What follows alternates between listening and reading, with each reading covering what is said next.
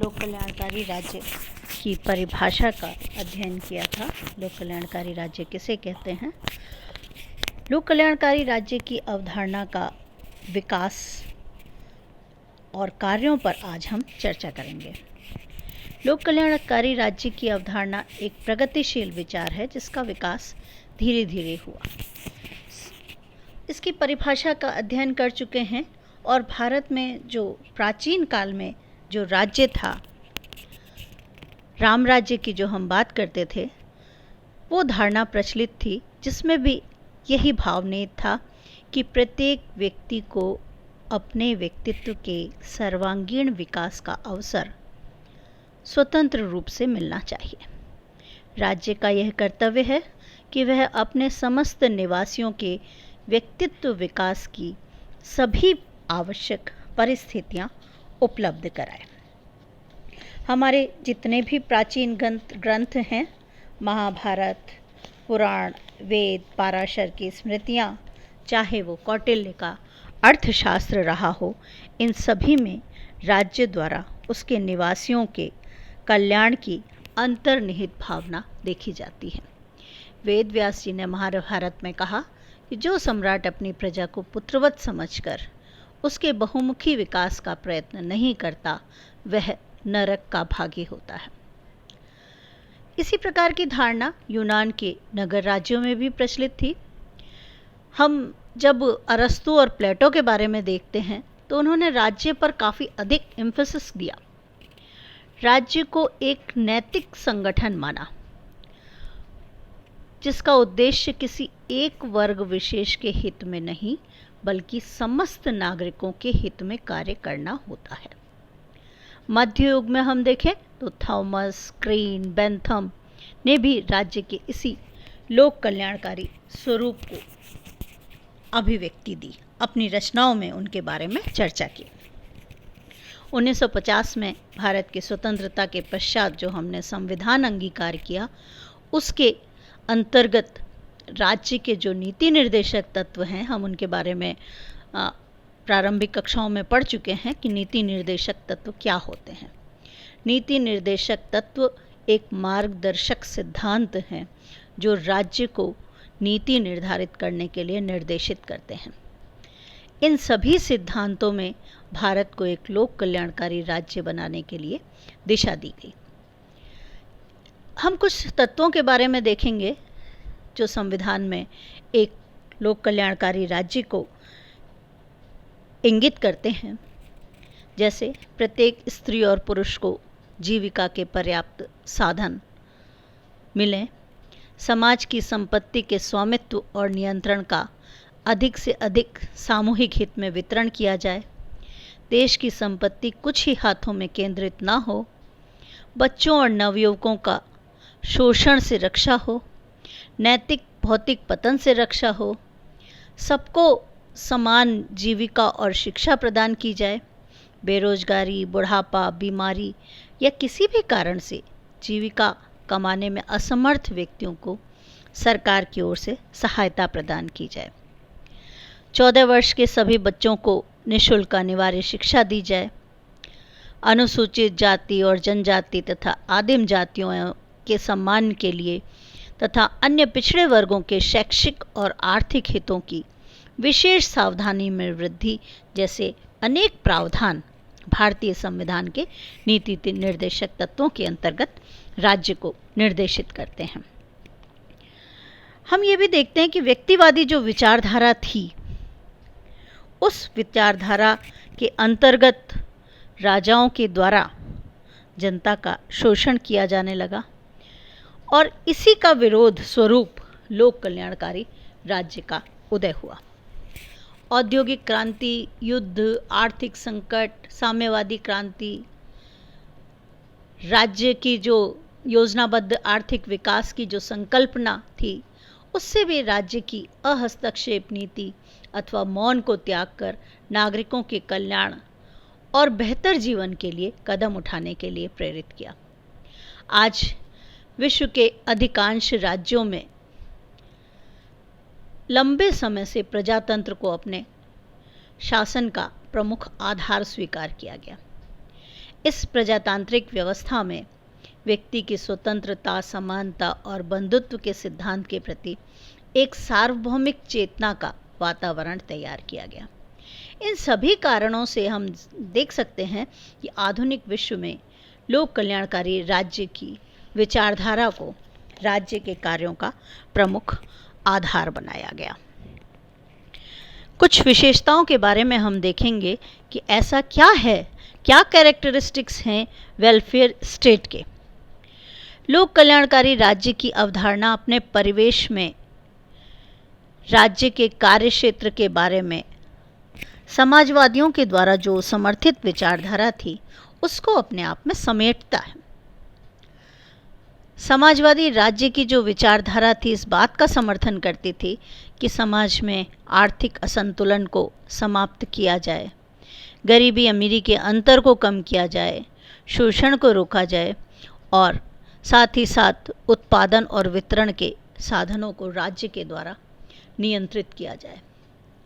लोक कल्याणकारी राज्य की विचारधारा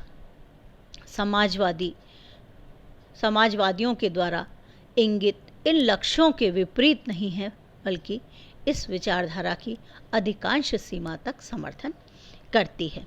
कुछ विशेषताएं हम देखेंगे। पहली जो विशेषता है, लोक कल्याणकारी राज्य एक सकारात्मक राज्य है। Welfare state is a positive state. A.R. Desai ने एक किताब लिखी थी, the myth of the welfare state. उसमें लोक कल्याणकारी राज्य को एक ऐसी संस्था माना जो सकारात्मक अच्छाई लाने में समर्थ है। सकारात्मक से मतलब पॉजिटिव अप्रोच रखती हो। राज्य एक ऐसा साधन है जिसका उपयोग लोगों को अपने हितों को बढ़ाने के लिए, हालात सुधारने के लिए, स्वास्थ्य व सुरक्षा का प्रबंध करने के लिए करना चाहिए। लोक कल्याणकारी राज्य की अवधारणा यद्यपि मूल रूप से सरकार के सकारात्मक कार्यों पर बल देती है, लेकिन अगर हम नकारात्मक रूप में भी देखें तो यह अवधारणा समाज में गलत कार्यों पर प्रतिबंध लगाने की भी पक्षधर है। दूसरी विशेषता है, लोक कल्याणकारी राज्य का लक्ष्य लोक कल्याण से जुड़ा हुआ है, जन कल्याण से जुड़ा हुआ है। ये लोक कल्याणकारी राज्य संविधान की प्रस्तावना में अभिव्यक्त की गई सारी ही चीज़ों को समर्थन देता है। तीसरी विशेषता है, लोक कल्याणकारी राज्य एक प्रजातांत्रिक राज्य है। लोक कल्याणकारी राज्य प्रजातांत्रिक राज्य है, democratic state. Welfare state is a democratic state. राजनीति शास्त्र के विचारकों का मानना है कि लोक कल्याणकारी राज्य प्रजातांत्रिक राज्य होता है। प्रजातंत्र यानी जनतंत्र, जनता का शासन। अब्राहम लिंकन ने कहा था, जनता का जनता के लिए जनता द्वारा शासन। वह राज्य जनता की इच्छा की जहाँ पर अभिव्यक्ति हो और इस इच्छा की पूर्ति को ही वह अपने कार्यों को आधार बनाए, तो उसे हम कहते हैं कि वो प्रजातांत्रिक राज्य है। जैसे न्यूनतम आय के साधन की गारंटी देना उनको, सामाजिक संकटों, पारिवारिक कष्टों को दूर करने के लिए सामाजिक सुविधाएं प्रदान करना, समाज के निर्बल और असहाय लोगों को आगे बढ़कर मदद करना आदि अनेक ऐसे कार्य हैं जो प्रजातांत्रिक यानी डेमोक्रेटिक स्टेट के द्वारा ही कर सकता है। डिक्टेटरशिप कोई राज्य नहीं है। अधिनायकवादी व्यवस्था को हम राज्य नहीं कह सकते। राजनीतिक विचारधारा में वर्तमान में विश्व के साम्यवादी देशों जैसे सोवियत संघ, चीन तथा इन खेमों में भी अन्य देशों को प्रजातांत्रिक और लोक कल्याणकारी राज्य नहीं माना जा सकता। इन विचारकों ने प्रत्येक लोक कल्याणकारी राज्य में ऐसी औपचारिक प्रजातांत्रिक संस्थाओं की उपस्थिति को आवश्यक माना है जो व्यक्ति की इच्छाओं को सरकार तक पहुंचाने में एक संदेश वाहक के रूप में कार्य करते हैं। लोक कल्याणकारी राज्य मिश्रित अर्थव्यवस्था का पक्षधर है। Welfare state is an advocate of mixed economy. लोक कल्याणकारी राज्य मिश्रित अर्थव्यवस्था। क्या है मिश्रित अर्थव्यवस्था? मिश्रित अर्थव्यवस्था यानी पूंजीवाद और समाजवाद का मिश्रण होना चाहिए। यानी उत्पादन व वितरण दोनों के संबंध में राज्य का कुछ सीमा तक हस्तक्षेप आवश्यक हो।